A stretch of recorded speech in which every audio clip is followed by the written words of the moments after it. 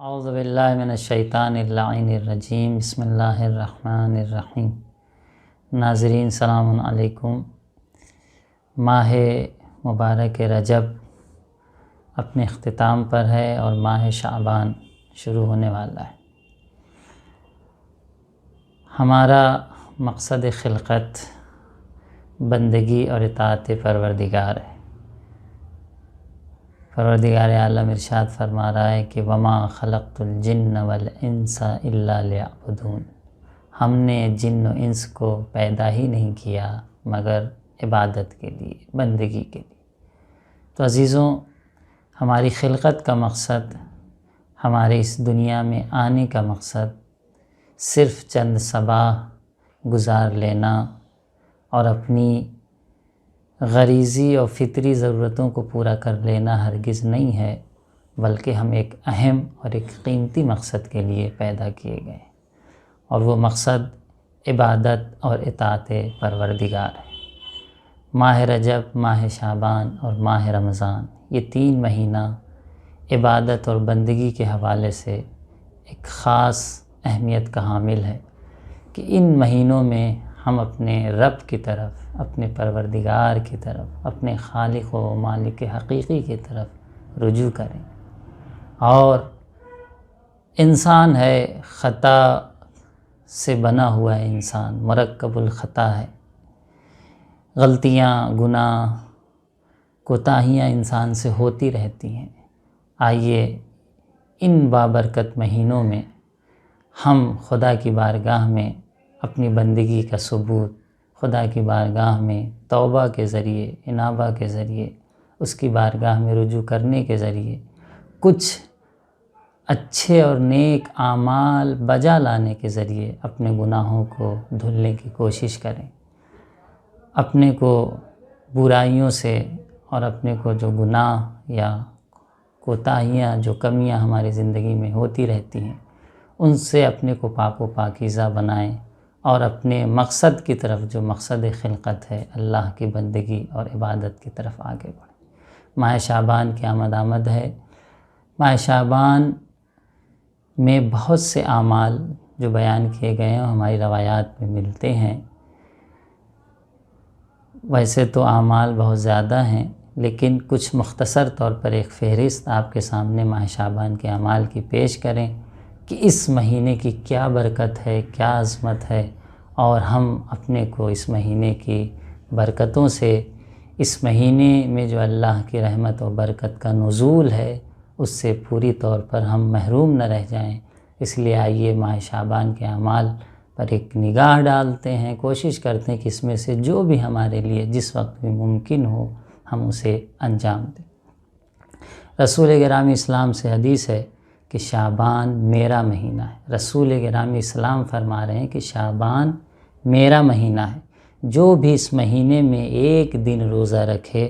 اس پر جنت واجب ہو جائے گی۔ ہاں عزیزوں، ایک دن روزے کا ثواب اس مہینے میں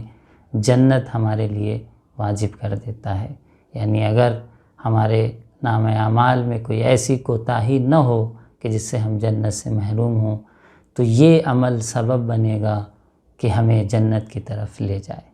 پیغمبر اسلام سے منقول ہے کہ جو شخص ماہ شعبان کی پہلی رات میں 2 رکعت نماز پڑھے، شب اول ماہ شعبان یعنی پہلی رات، امید ہے کہ ہو سکتا ہے چاند 29 کا ہو اور ہو سکتا ہے 30 کا ہو، تو بہر صورت اگر 29 کا ہو تو پہلی شب، 30 کا ہو تو اس کی پہلی شب جو ہوگی آپ کی، وہ اعمال میں سے ایک عمل یہ ہے کہ ہم پہلی شب میں، پیغمبر گرامی اسلام سے جو حدیث ہے کہ ہم پہلی شب میں نماز پڑھیں، 2 رکعت نماز پڑھیں، اور ہر رکعت میں، بس 2 رکعت نماز پڑھنی ہے، ہر رکعت میں سورہ حمد کے بعد 15 مرتبہ سورہ توحید پڑھے تو اسے 12,000 شہید 12 سال کی عبادت کا ثواب خدا عطا کرے گا، اور گناہ سے اس طریقے سے پاک ہو جائے گا جس طریقے سے ایک دنیا میں آنے والا بچہ نومولود گناہوں سے پاک ہوتا ہے۔ اور قرآن کی آیات کے تعداد بہشت میں خدا اسے قصر عنایت کرے گا۔ اس 2 رکعت نماز جو اول ماہ شعبان کی شب یعنی شب اول ماہ شعبان جب ہم پڑھیں گے تو اس 2 رکعت نماز کا اجر ہمیں یہ ملے گا کہ خدا ہمیں تمام گناہوں سے معاف کر دے گا، بالکل اسی طریقے سے جس طرح سے ایک بچہ دنیا میں آتا ہے نومولود گناہوں سے پاک ہوتا ہے، اس طرح سے ہم ہو جائیں گے، اور قرآن کی آیات کے مقدار اللہ بہشت میں ہمیں قصر عنایت کرے گا۔ اس کے بعد 3 شعبان کے اعمال میں ہے کہ مستحب ہے کہ 3 شعبان کو روزہ رکھے اور یہ دعا پڑھے، اللہم انی اسألک بحق المولود فی ھذا الیوم۔ یہ دعا ہے جو امام حسین علیہ السلام کی ولادت کی تاریخ ہے 3 شعبان، تو امام کا واسطہ دے کے اس دعا میں دعا مانگی جا رہی ہے کہ پروردگار تجھے واسطہ ہے اس دن کا اور اس مولود کا جو اس دن میں دنیا میں آئے ہیں، یعنی امام حسین علیہ السلام۔ یہ دعا مفصل ہے، آپ مفاتیح الجنان شیخ عباس قمی جو دعا کی مفصل کتاب ہے اس میں آپ رجوع کر سکتے ہیں کہ 3 شعبان کے دن اس دعا کو پڑھنا مستحب شمار کیا گیا۔ اور ماہ شعبان کے اعمال میں ہر روز ہر دن 70 مرتبہ استغفر اللہ و اسألہ التوبہ، اللہ سے استغفار اور اس سے توبہ طلب کرنا۔ بے شک ہمارے گناہوں کی مغفرت تبھی ممکن ہے کہ جب ہم اللہ کی بارگاہ میں رجوع کریں، توبہ اور استغفار ہماری زبان پر جاری رہے۔ مولا کائنات امیر مومنان علی بن ابی طالب علیہ السلام فرماتے ہیں کہ خوش نصیب ہے وہ بندہ کہ جس کے ہر گناہ کے بعد نام اعمال میں استغفار لکھا ہوا۔ تو عزیزوں، استغفار سے کوشش کریں کہ استغفار سے ہم غافل نہ رہیں اور زیادہ سے زیادہ اس مہینے میں استغفار کرتے رہیں۔ اس مہینے کے اعمال میں زیادہ سے زیادہ صلوات پڑھنا بھی ہے کہ اس مہینے میں ہم زیادہ سے زیادہ آل محمد پر صلوات و درود بھیجتے رہیں۔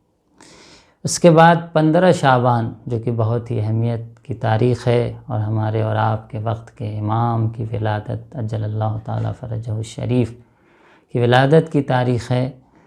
15 شعبان امام صادق علیہ السلام نے فرمایا کہ ہمارے والد امام باقر علیہ السلام نے اس رات کی فضیلت کے بارے میں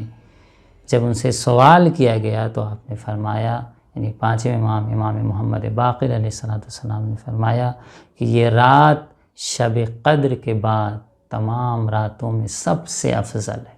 یعنی شب قدر کے بعد اگر کوئی رات سب سے افضل ہو سکتی ہے تو شب نیمہ شعبان یعنی 15 شعبان کی جو شب ہوگی وہ تمام راتوں میں سب سے افضل ہے۔ اور بعض علماء نے تو اس کو شب قدر ہونے تک کا احتمال دیا ہے کہ ممکن ہے کہ یہ بھی ان شبوں میں سے ہو جنہیں شب قدر شمار کیا گیا ہے، تو ممکن ہے کہ 15 شعبان کی جو شب ہے شب نیمہ شعبان یہ بھی شب قدر ہو۔ 15 شعبان کے اعمال میں غسل کرنا ہے، نماز، دعا، استغفار اور شب میں بیدار رہنے کی بہت فضیلت ہے۔ ہم تماشے چھوڑتے ہیں اور جو ہے خوشیاں مناتے ہیں، امام کی ولادت کی تاریخ ہے، بہت اچھا ہے، عریسے ڈالتے ہیں، اپنی حاجتوں کو ڈالتے ہیں، لیکن ساتھ ساتھ کوشش کریں کہ شب کے جو اعمال ہیں، غسل ہے، دعا و استغفار ہے، نماز وغیرہ، ان تمام چیزوں کو ہم اس سے محروم نہ رہیں اور اس سے غافل نہ رہیں کہ کوشش کریں جتنا بھی ممکن ہے حتی الامکان اسے بھی ہم انجام دیں۔ اور 15 شعبان کو یہ بھی تاکید ہے کہ ہم آپ کے ظہور کے لیے یعنی وقت کے امام کے ظہور کے لیے دعا کریں، کیونکہ آپ کی ولادت کی تاریخ ہے اور یقیناً خوشی کی تاریخ ہے، اور خدا کی بارگاہ میں اگر سچے دل سے دعا کیا جائے تو خدا قادر مطلق ہے، اور اس کا ارادہ بھی ارادہ کامل اور ارادہ تکوینی ہے۔ بندے اگر مل کے دعا کریں تو یقیناً اس کا اثر ضرور ہوگا۔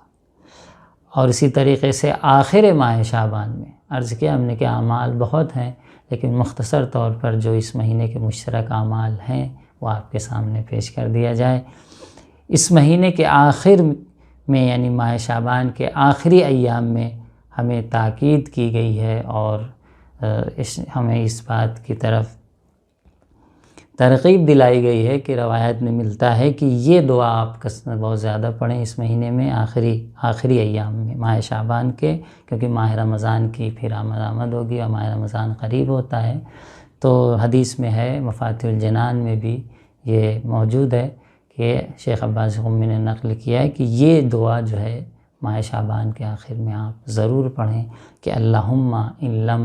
تکن غفرت لنا فیما مضی من شعبان فاغفر لنا فیما بقی من۔ اس کا مفہوم یہ ہے کہ پروردگار، ماہ شعبان گزر گیا، اگر گزشتہ ایام میں تو نے ہمیں نہیں معاف کیا ہے، ہماری مغفرت نہیں فرمائی ہے، تو جو باقی ایام ماہ شعبان کے اس میں ہماری مغفرت فرما دے، اور حقیقت میں جب ہماری مغفرت ہو جائے گی تو ہم ماہ رمضان میں تیری بندگی کے لیے پوری طور پر